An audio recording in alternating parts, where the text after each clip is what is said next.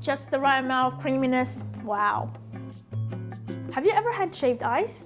It is so delicious and refreshing. But my problem with it is that it is a little expensive for what it is. But how do you make it at home without a machine?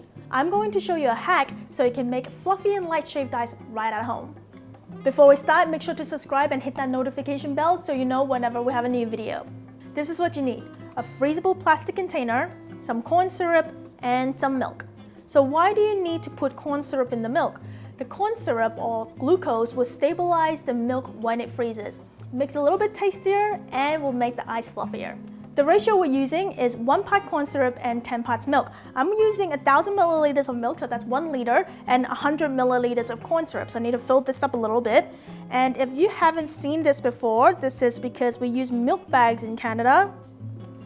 And first time I've ever seen this, I'm like, what is this? How do you use it? But now I kind of got used to it, and apparently it uses less plastic, so better for the environment, so it's all good.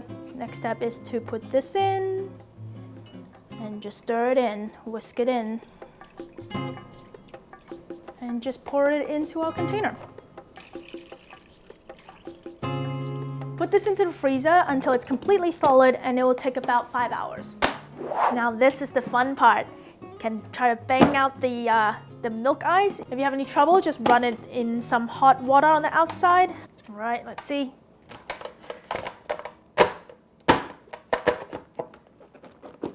Okay, here you go.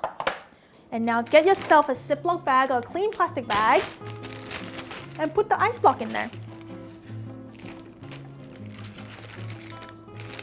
Fold it down like halfway or something like that.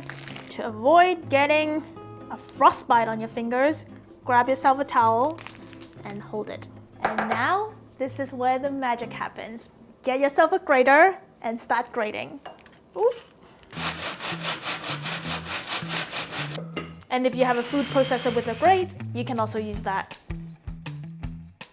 The best part of all of this is that you can put whatever toppings you like. I loaded mine up with a lot of mangoes and a ton of condensed milk. I'm so excited! Oh, look how fluffy it is! Just a little tip, you can put your bowl in the freezer before you serve this so it can last a little longer. I'm so excited. So good.